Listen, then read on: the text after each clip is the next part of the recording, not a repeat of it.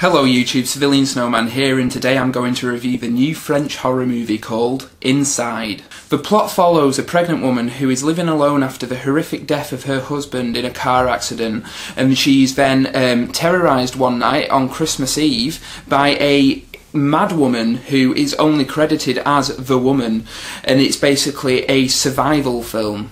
As I was watching this movie, I thought it would be really interesting to review because there's a lot I like about it and a lot I really don't like about it. So, first of all, I'll get on to what I liked about the movie. Okay, so stuff I liked. The villainess, credited as the woman, is absolutely terrifying. As soon as she knocks on Sarah's front door, you feel the dread of what's going to happen. And it's not completely cliched, but it has quite a slow build-up, and she really uses her kind of physical presence to build the atmosphere in the movie, because the woman's, even down to her body shape, is so eerie. She looks like a Victorian oil painting. She looks almost like a ghost dressed in a black dress with a black corset and stuff. And for some reason, I don't know why, I found that to be really effective and just absolutely terrifying. And I dare say that this woman is the probably one of the best villains of the last few years. You know, she's just absolutely terrifying.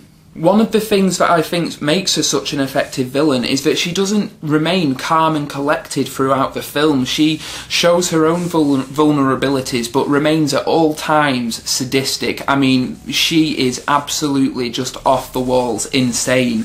But the fact that we see her kind of vulnerable side, just now and again, we see just glimpses of the human behind the monster, I think makes her even a more effective villain. There are scenes in this movie that are really well done, and it really is down to the actress playing the woman.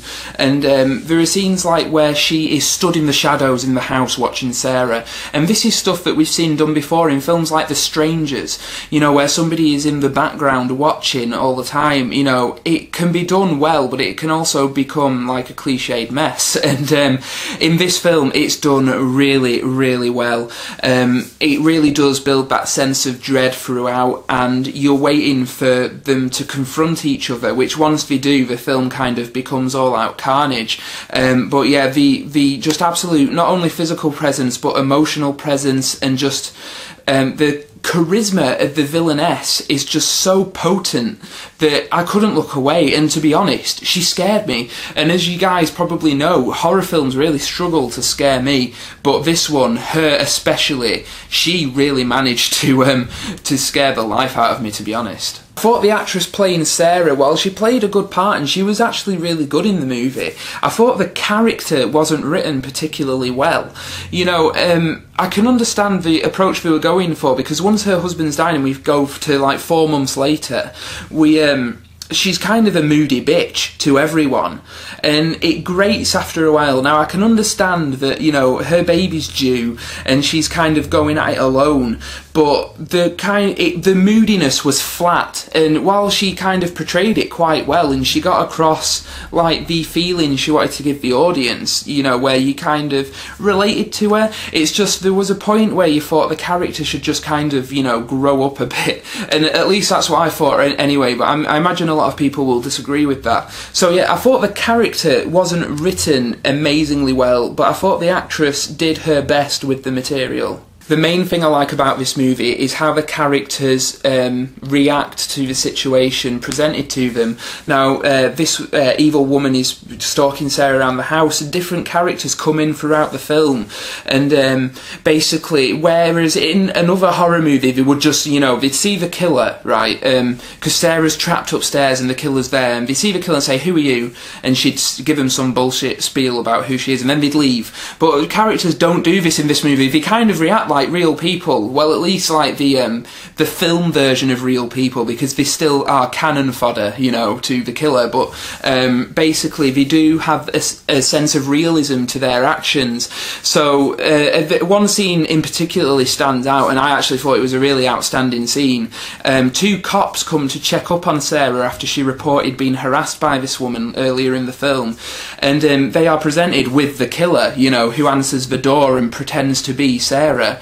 And then they leave. But like as they're leaving the house, they realise that, you know, she's meant to be heavily pregnant, and she didn't look it, you know, from like the doorway and stuff like that. So they go back and they find Sarah and try to arrest the killer, and yes, the killer gets one over on them and kills them both, but at least they made an effort, and it's refreshing in a horror movie to see characters actually behave like real human beings and not just like mindless zombies who are just thick and basically there as a plot device. I actually thought it was a really refreshing take, and you don't see it very often in a horror movie.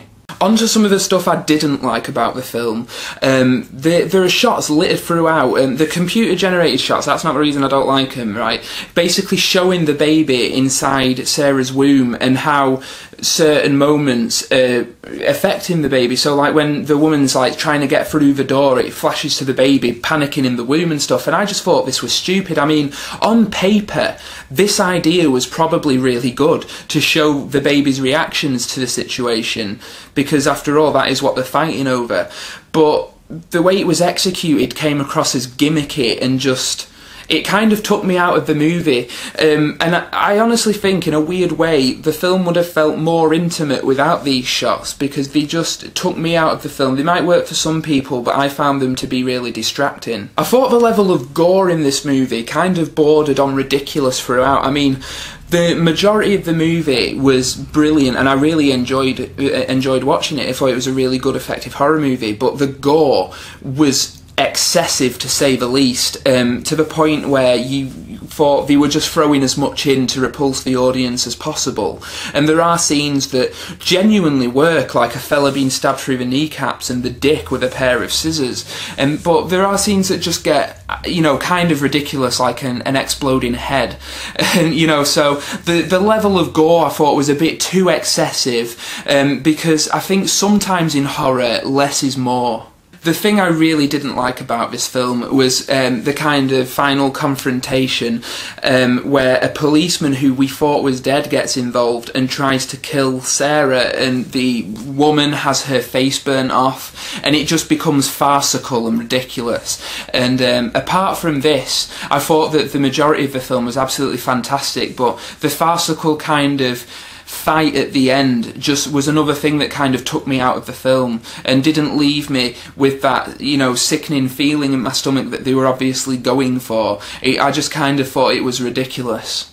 The last few moments of the movie are now no doubt going to go down in horror history as being some of the most repulsive and shocking ever filmed, and you can probably guess where the film is going throughout, and I won't ruin it despite the fact I've already given away some minor spoilers. I won't give away what happens right at the end, but I must admit it is kind of a fitting ending to a really extreme movie, and I don't think it felt out of place despite the ridiculous last confrontation. I thought the final moments of the movie where the woman executes her kind of plan is really effective and really well done. So time for a rating. I'm going to give Inside 3 stars, because for the most part it is a really effective, extreme, gruesome horror movie that I really enjoyed, but it's kind of riding on the coattail of Martyrs, which I think is a far superior film. Martyrs is an absolutely brilliant horror movie. I was a bit harsh on it in my review, but Martyrs is far better.